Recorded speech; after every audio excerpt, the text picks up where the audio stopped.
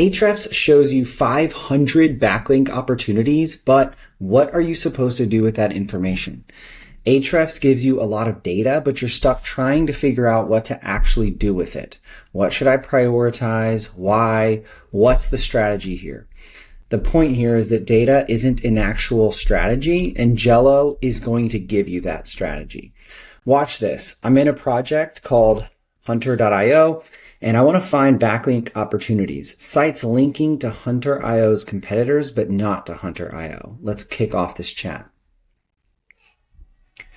So while it's running, Jello is an AI chat assistant that's outfitted with a bunch of SEO tools, keyword research, competitor analysis, backlink tools. You just describe what you want in plain English and it figures out which tools to use.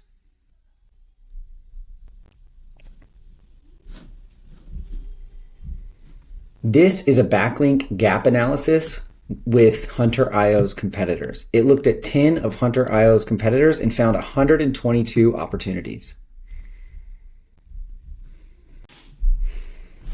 All right, it's done. Jello looked at my backlink summary, total backlinks, domain rank, do-follow ratio. It pulls the top backlinks for each competitor, runs a backlink gap analysis to find sites linking to them, but not to me. Then it analyzes all of that and prioritizes it for me. And here's what you can't do with Ahrefs. I'm going to ask, give me the top 3 opportunities. Chat is going to narrow it down based on the domain rank, likelihood of success, and relevance to my niche. And I can keep asking questions. So here's the top 3. viasocket.com, urlscan.io, and businessabc.net. Telling me what to send, the pitches, what to attach, and I can keep this going and ask more questions. No menus to navigate, no filters to configure, no tutorials to watch, just describe what you want in plain English. Stop drowning in data and stop using Ahrefs. Get a strategy and try it free at jelloseo.com.